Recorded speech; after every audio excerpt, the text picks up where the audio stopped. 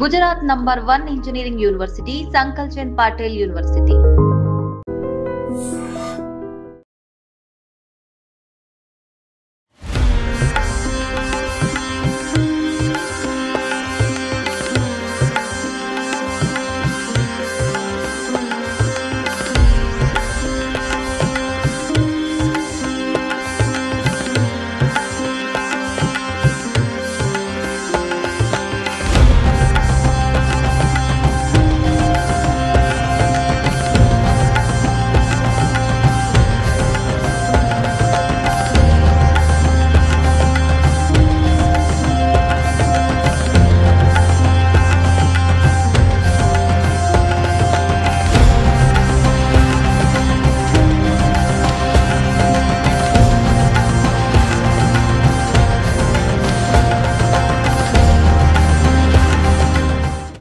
ద్వాపర యుగంలో వెలిసిన శ్రీ అనంత పద్మనాభ స్వామి వారి ఆలయం విశాఖ జిల్లా పద్మనాభ మండలంలో అత్యంత ఎత్తైన కొండపై వెలిసిన ఈ స్వామివారు ఎంతో తన మహిమను చాటుతూ విరాజిల్లుతున్నారు.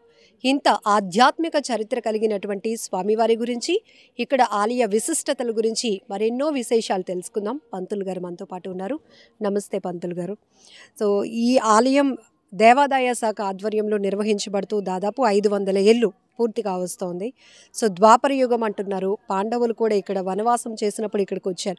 ఇంత గొప్ప చరిత్ర కలిగినటువంటి ఈ స్వామివారి గురించి మరి కృతేషు నారసింహస్య త్రేతాయాం రఘునందనః ద్వాపరో వాసుదేవస్య.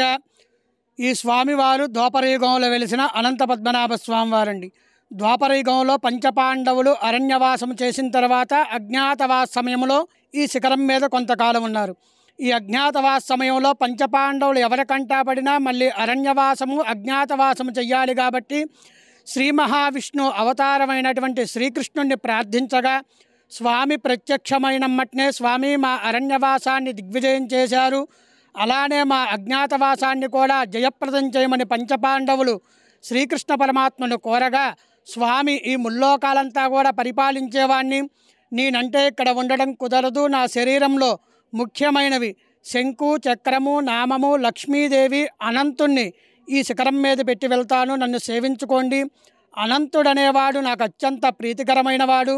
భాద్రపద మాసంలో శుద్ధ చతుర్దశి నాడు అనంతవ్రతం అనేది ఒకటి ఉన్నది. అది చేసుకున్నట్లయితే విజయాన్ని పొంది రాజ్యాభిషక్తులవుతారని చెప్పగా పంచపాండవులు స్వామివారిని సేవించుకొని భాద్రపద మాసం అనగా మనకు వినాయక చవితి అయిపోయిన తర్వాత పౌర్ణమి ముందు రోజు చతుర్దశి రోజున అనంతవ్రతము చేసుకున్న తర్వాత విజయదశమి కల్లా వాళ్ళకి విజయం చేకూరి వాళ్ళ రాజ్యానికి వెళ్తారండి. అందుకే ఆ రోజు విజయదశమి అని పేరు. ఇక్కడ స్వామివారు మొత్తం కూడా శిల మీద వెలిసిన స్వామివారండి. మీరు లోపల గమనించినట్లయితే స్వామివారి మధ్యలో నామము, కుడి పక్కన చక్రము, ఎడం పక్కన శంకు, శంకు దిగువ భాగంలో లక్ష్మీ అమ్మవారు వ్యక్త అవ్యక్తంగా కనిపించినట్లుగా లక్ష్మీ అమ్మవారు ఉంటారండి. ఇక్కడ నిదర్శనం ఏమిటయా అంటే స్వామి నేటికి కూడా సర్పరూపంలో సంచరిస్తూ ఉంటారు, అదొక నిదర్శనం అండి. ఇంకొకటి ఏమిటయా అంటే మన వరల మొత్తం మీద కూడా స్వయంభూ వెలిసిన పద్మనాభ స్వామి మనకి ఇక్కడ ఒక్కచోటనే ఉన్నది. కేరళలో త్రివేంద్రంలో ఉన్న స్వామివారు కూడా ఋషులు ప్రతిష్ఠించిన విగ్రహం తప్పితే స్వయం వ్యక్తం కాదండి. కిందన మెట్లు కింద దిగువ భాగంలో కుంతీదేవి ప్రతిష్ఠించిన మాధవ స్వామి దేవాలయం ఉందండి. పంచపాండవుల తల్లి కుంతీదేవి వారి కుమారుల అరణ్యవాసానికి అజ్ఞాతవాసానికి వెళ్ళారని దిగులుతో చింతతో 5 చోట్లకు తీర్థయాత్రలు చేసిందండి. ఈ 5 చోట్ల కూడా మేనల్లుడైనటువంటి శ్రీకృష్ణుని ప్రతిష్ఠించుకుంటూ వచ్చింది. ఎందుకయ్యా అంటే పంచపాండవులు అరణ్యవాసము అజ్ఞాతవాస సమయంలో శ్రీకృష్ణ పరమాత్ముడు చేదోడు వాదోడుగా సహాయ సహకారాలు అందించని కృతజ్ఞతతో మేనల్లుడిని ప్రతిష్ఠించుకుంటూ వచ్చిందండి. ఒకటి కాశీ, రామేశ్వరం, ప్రయాగ, పిఠాపురం, పద్మనాభం.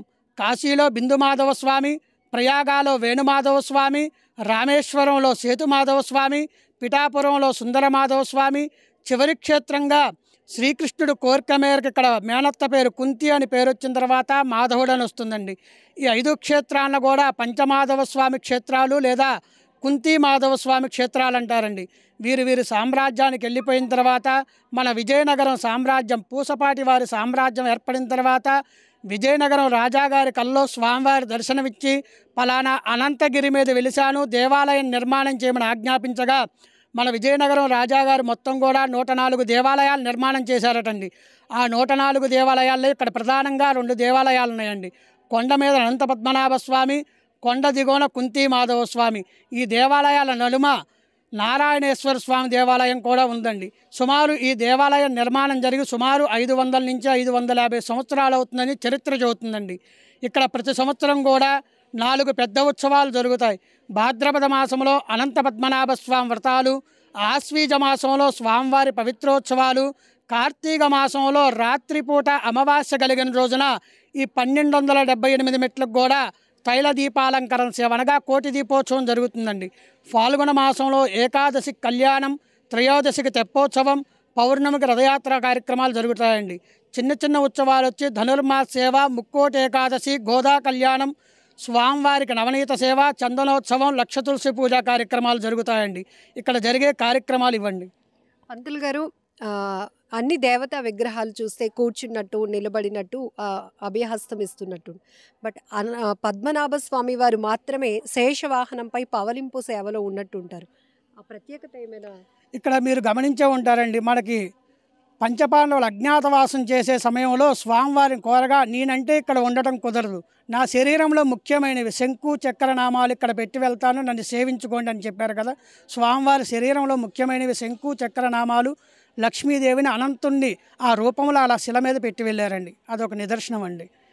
ప్రత్యేకంగా కార్తీక మాసంలో జరిగే దీపోత్సవాలు, మెట్ల మార్గాలను శుభ్రం చేస్తూ పసుపు కుంకుమలు రాస్తూ మహిళలు అందరూ కూడా చిన్న పిల్లలతో సహా పార్టిసిపేట్ చేస్తారు, పాల్గొంటారు స్వామివారి ఆశీర్వాదం కోసం. ఏంటి ఆ ప్రత్యేకత?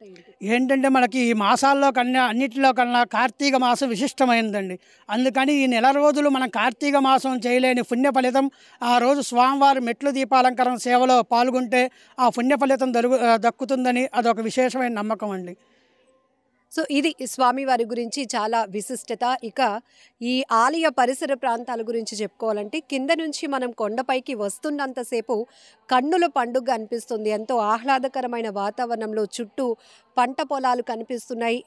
ఎటు చూసిన మొత్తం పూర్తిగా దట్టమైన అడవిని తలపించే విధంగా గ్రీనరీ కనపడుతోంది. 3.5 కిలోమీటర్ల పాటు ఉన్న ఘాట్ రోడ్డు కూడా ఇప్పుడు వచ్చే భక్తులకు ఎటువంటి ఇబ్బంది లేకుండా భద్రత దృష్ట్యా కూడా అన్ని ఏర్పాట్లు చేయడం కూడా జరుగుతోంది. ఈ గ్రామానికి సంబంధించినటువంటి సర్పంచ్ గారు కూడా మనతో పాటు ఉన్నారు. ఇప్పుడిప్పుడు ఇంకాస్త బాగా ప్రాచుర్యంలోనికి వెళ్తూ పద్మనాభ స్వామి వారికి దర్శనానికి భక్తుల తాకిడి కూడా పెరుగుతోంది. ఘాట్ రోడ్డుకి ఇరువైపులా కూడా ఎలాంటి ఇబ్బంది లేకుండా అన్ని ఏర్పాట్లు చేస్తూ వస్తున్నారు. మీరేం చెప్తారు భక్తులకి? ఇలాంటి చరిత్ర కలిగినటువంటి ఆలయాలు ఇంకా ఇంకా జనాల్లోనికి వెళ్ళాలి. ఓం పద్మనాభాయ నమః. ఈ అనంత పద్మనాభ స్వామి పిలిస్తే పలుకుతాడని ప్రతి మనసులో కూడా ఉంది భక్తుల 50 మందిలో.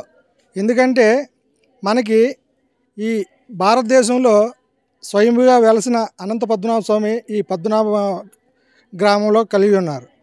దానివల్ల ఏంటంటే ప్రతి భక్తులకి కూడా అనంతుడు అనగా చాలామందికి నమ్మకం. ఎందుకంటే ఏం కోరుకున్నా కోరిక నెరవేరుతుందని ఒక నమ్మకం. ఈరోజు ఈ ఘాట్ రోడ్డు సుమారు 20 సంవత్సరాలు బట్టి కలండి. దాన్ని మొత్తం ఏ గవర్నమెంట్ అయినా ఈరోజు పూర్తయింది. దీనివల్ల మనకి విజయవాడ నుండి అవని, రాజమండ్రి నుండి, హైదరాబాద్ నుండి కూడా వచ్చారండి. ఎందుకంటే ఈ స్వామి అంటే ప్రతి ఒక్కరికి కూడా అనలేని ఇదండి నమ్మకం. అందువల్ల ఏంటంటే ఈ పద్మనాభంకి చరిత్ర ఉందండి. ఇక్కడే మన అల్లూరు సీతారామరాజు గారు పుట్టిన స్థలం ఇక్కడ పక్కనే పాండ్రింగ్ అని దగ్గరే అది. అలాగే ఇక్కడ పొట్టూరు గ్రామం అని అది ఈ గ్రామం పక్కనే అది కూడా స్తూపం ఉందండి. అలాగే శ్రీకృష్ణ దేవరాయల స్తూపం. అలాగే మనకి ఇక్కడ 2వ యువ మహారాజు యుద్ధ చరిత్ర కూడా జరిగిందండి. సుమారు 3000 మందిని ఇక్కడ వాళ్ళు సంహరించడం జరిగిందండి. అంత చరిత్ర ఉంది సార్ ఈ పద్మనాభం గ్రామానికి. అలాగే మన అనంత పద్మనాభ స్వామి ఈ కొండపైన పాండవులు కూడా ఇక్కడ అజ్ఞాతవాసం చేయడం జరిగింది. ఆ పుణ్యక్షేత్రంలో వాళ్ళు పాండవులు అంటే వాళ్ళు చాలా నమ్మకమైన మనకి ఇది వాళ్ళు మనకు కనబడరు. అయితే ఇక్కడ గృహ కూడా కింద నుండి మన గోస్తానికి ఉండి స్నానంకి వెళ్ళేవారండి. గృహ కూడా ఉందండి ఇక్కడ నుండి గోస్తాని నదికి కిందకి. అంటే ఇప్పుడు దాని చుట్టూ పెద్ద రాయి పెట్టేశారండి, అది వెళ్ళడానికి కూడా అవ్వదు. ఒకప్పుడు ఉండేదండి. అలాగే మనకి శ్రీకృష్ణుని వేడుకోగా ఆయన ఏంటంటే నేను లోక సంచారిని కాబట్టి నా తాలూకా ఆనవాళ్ళు అక్కడ పెడతాను, వాటికి మీరు వ్రతం చేసుకుంటే మీకు విజయం చేకూరుతుందని ఆయన చెప్పగా దానికి వ్రతం చేసుకోగా వాళ్ళకి విజయం చేకూరిందండి. అదే విజయం ఇప్పుడు మనకి రేపు సెప్టెంబర్ 6వ తారీఖుని చతుర్దశి కార్యక్రమం ఉందండి. దానికి కూడా సుమారు ఒక 500 మంది దంపతులు వ్రతాలు చేయించుకోవడానికి వస్తారండి. ప్రతి ఒక్కళ్ళని కూడా ఇక్కడికి వచ్చి కోరుకున్న వాళ్ళకి ఎవరికి కూడా మాకు ఈ కోరిక నెరవేరలేదనేసి ఒక్క భక్తుల్లో కూడా లేదండి. అంత నమ్మకం అండి భగవంతుడు అంటే. మాకు కూడా గ్రామంలో వస్తులుగా మాకు కూడా మంచి సంతోషంగా ఉంది. మేము కూడా స్వామివారి దయ వల్ల ఈ ఊరు కూడా అంత ప్రాశస్యం పొందినటువంటి ప్రాంతంగా విరాజిల్లుతోంది. కార్తీక మాసంలో జరిగే దీపోత్సవానికైతే లక్షలాదిగా భక్తులు తరలి వస్తుంటారు.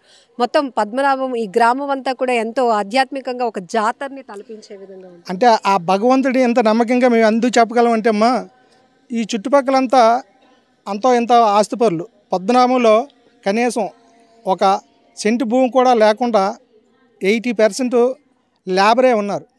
వాళ్ళు కూడా ఈ రోజుకి ఏ రోజు కూడా 3 పూట్ల తిండికి దేనికి ఇబ్బంది లేకుండా ఆ స్వామివారి సన్నిధి పాదాల దగ్గర ఉండడం వల్ల మాకు ఎటువంటి లోటు లేదని ఒక నమ్మకం అమ్మ. అందువల్ల ఏంటంటే స్వామివారు అంటే ప్రతి ఒక్కరికి కూడా ఇది. ఆ తర్వాత ఇప్పుడు మనకి దీపోత్సవ కార్యక్రమం అనేది ఇంచుమించు సుమారు 150 మంది వస్తారమ్మ.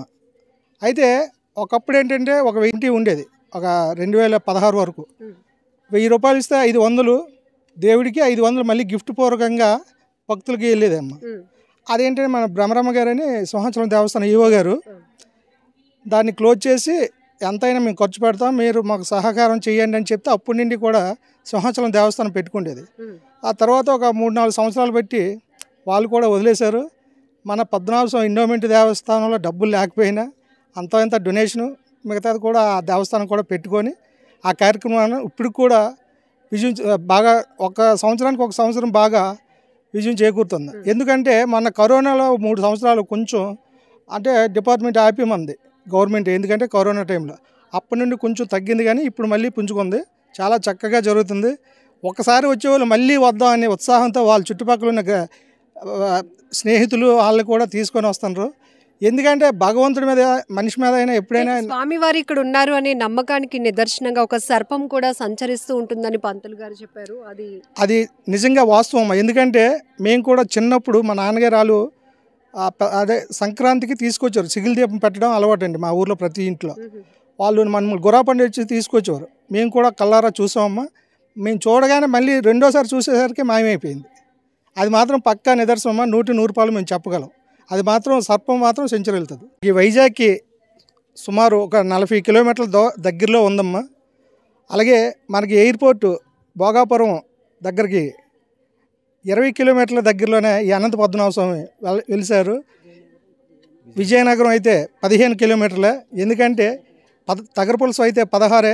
ఈ చుట్టుపక్కల ఎక్కడైనా ఆ స్వామివారికి దగ్గరలో ఉన్నారు కాబట్టి ఎవరో, ఎందుకంటే చాలామంది భక్తులు ఈరోజు చాలా జిల్లాల నుండి వచ్చి మేము చూస్తే రోడ్డు అయిన తర్వాత రోజు అయితే సుమారు ఇంచుమించు ఒక 500 భక్తులు కూడా వస్తుంటారు. ఎందుకంటే అందుకే మాకు ఆ స్వామివారు ఒకసారి చూసి వెళ్ళేవారు, మళ్ళీ రెండోసారి రావడం మానలేదు. అంత నమ్మకం అమ్మ స్వామివారు అంటే. ఎందుకంటే ఎవరికైనా పిలిస్తే పలుకుతారని ఒక నమ్మకం ఉంది ప్రతి భక్తుల్లో, అందుకు మేము చెప్పగలం గ్యారెంటీగా. And for more videos, please subscribe to iDream. Please subscribe to iDream. Please subscribe iDream. And please subscribe to iDream. For more videos, subscribe to iDream. please like, share and subscribe to the channel. Congratulations, iDream. Subscribe to iDream. Subscribe to iDream. So subscribe to iDream Media. iDream ki iDream team andarki huge congratulations. Please subscribe iDream Media. Please subscribe to iDream. Subscribe iDream. Please subscribe to iDream.